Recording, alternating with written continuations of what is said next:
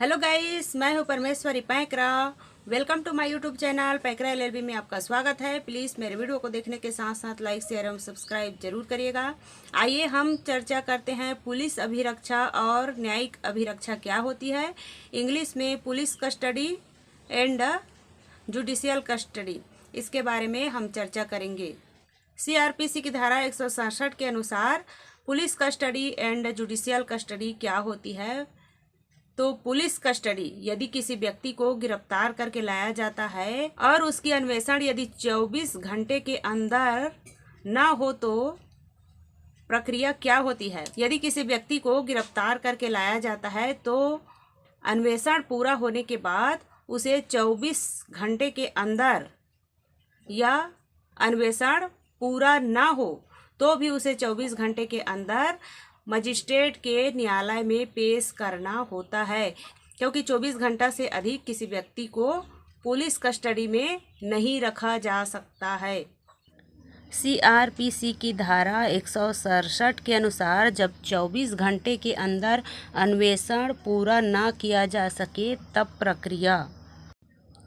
First point है, जब कभी कोई व्यक्ति गिरफ्तार किया गया है और अभिरक्षा में निरुद्ध है और यह प्रतीत हो कि अन्वेषण धारा 57 द्वारा नियत 24 घंटे की अवधि के अंदर पूरा नहीं किया जा सकता और यह विश्वास करने के लिए आधार है कि अभियोग या इत्तिला दृढ़ आधार पर है, तब पुलिस थाने का भार साधक अधिकारी या यदि अन्वेषण करने वाला पुलिस अधिकारी उप निरीक्षक से निम्नतर पंक्ति का नहीं है तो वह निकटतम न्यायिक मजिस्ट्रेट को इसके पश्चात विहित डायरी के मामले में संबंधित प्रविष्टियों की एक प्रतिलिपि भेजेगा और साथ ही अभियुक्त व्यक्ति को भी उस मजिस्ट्रेट के पास भेजेगा।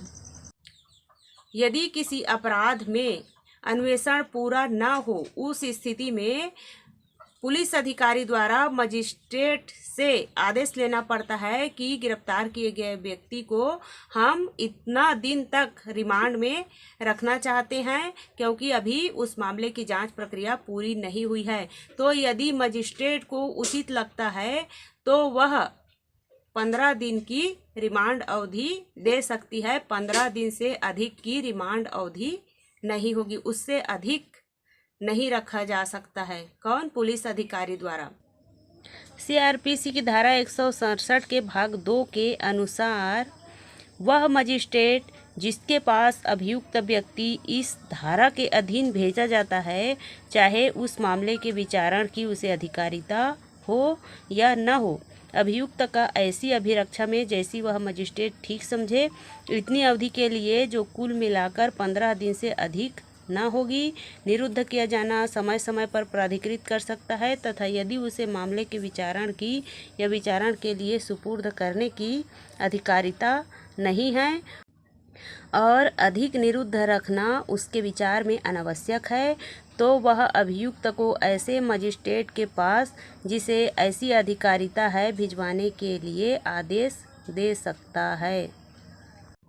यह है पुलिस कस्टडी। मजिस्ट्रेट को पावर है कि वह अभियुक्त को रिमांड पे भेज सकता है, ये उनकी विवेकाधिकार है।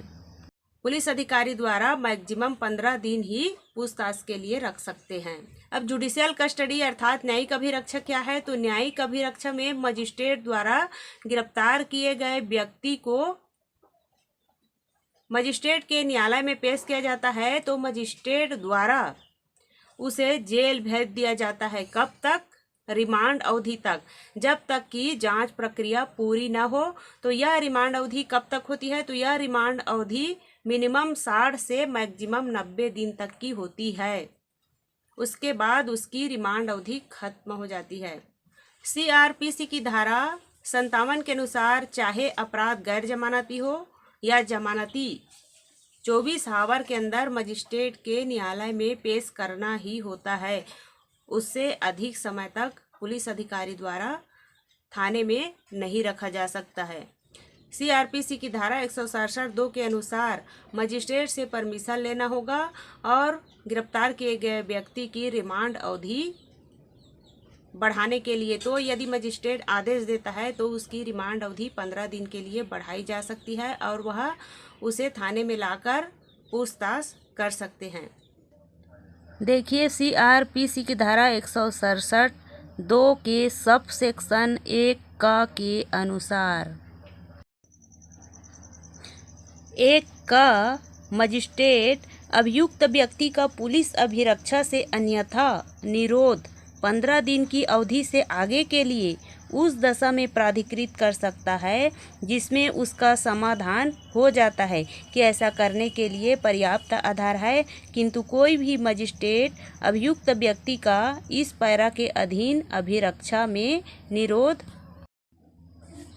कुल मिलाकर 90 दिन से अधिक की अवधि के लिए प्राधिकृत नहीं करेगा, जहां अन्वेषण ऐसे अपराध के संबंध में है जो मृत्यु, आजीवन कारावास या 10 वर्ष से अन्यून की अवधि के लिए कारावास से दंडनीय है।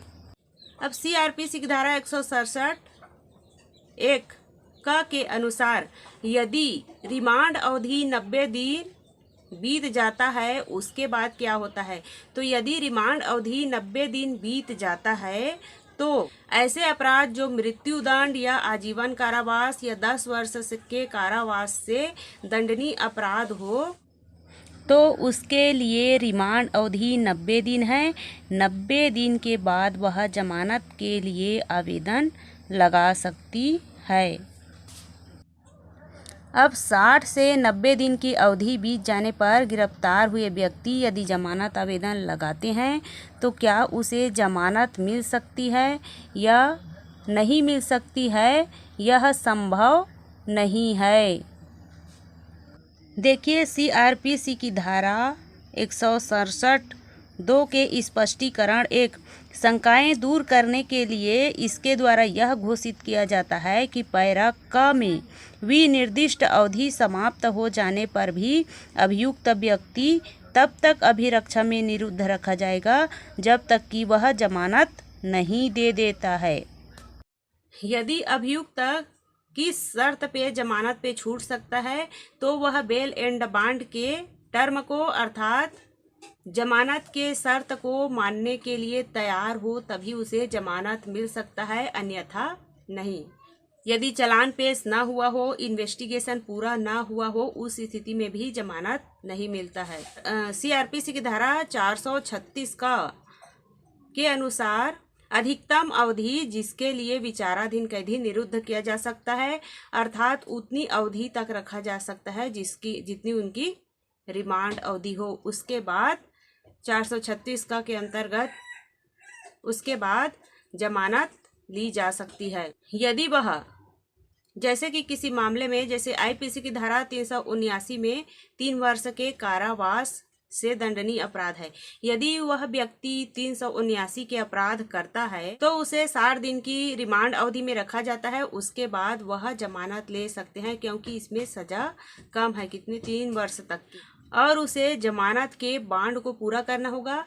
और जमानत लेते समय पब्लिक प्रोसिक्यूटर अर्थात सरकार के तरफ से जो वकील होती है उनसे सलाह ली जाती है कि इसे जमानत पर छोड़ना उचित है या नहीं। यदि पब्लिक प्रोसिक्यूटर न्याय के हित में उचित समझता है और वह केस लूज पॉइंट है तो वह उचित लगता है तो हाँ इसे जमानत पर छोड़ दिया जाए कहेगा तो जमानत मिल जाता है। यदि उसे नहीं अभी रिमांड में ही रहने दे कह दिया जाता है पब्लिक प्रोसिक्यूटर द्वारा तो उसे जमानत नहीं मिलता है क्योंकि वह न्याय हित के लिए उसने ऐसा अपराध किया है, इसे छोड़ना ठीक नहीं है, उचित नहीं है कहा जाता है तो उसे जमानत नहीं मिलता है। मान लिया जाए किसी व्यक्ति को जेल में रखा गया है और अधिक समय तक वह जेल भोग चुका है और उसे जमानत नहीं मिला है तो वह विचाराधीन कैदी के रूप में उतने समय तक उसे जेल में रखा जा सकता है जितनी उस धारा में सजा हो, उससे अधिक समय तक नहीं रखा जा सकता है। 379 में अर्थात 379 धारा में 3 साल की सजा है तो वह 3 साल ही रखा जा सकता है, उससे अधिक समय तक नहीं रखा जा सकता है। CRPC की धारा 437 अर्थात 437 के अनुसार अजमानती अपराध की दशा में जमानत कब ली जाएगी।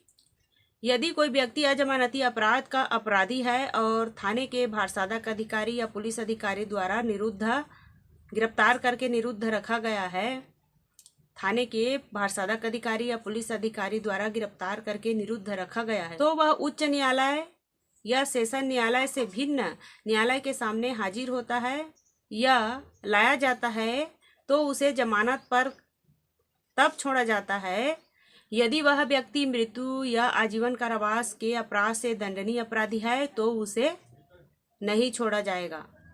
यदि वह मृत्यु या आजीवन कारावास से दंडनीय अपराध के अंतर्गत न आता हो, तो उसे जमानत पर छोड़ा जा सकता है। इस प्रकार पुलिस अभिरक्षा और न्यायिक अभिरक्षा के बारे में मैं आप लोगों को बता दी हूँ। प्लीज़ मेरे वीडियो पसंद आए तो लाइक शेयर एवं सब्सक्राइब जरूर करिएगा। Thank you for watching.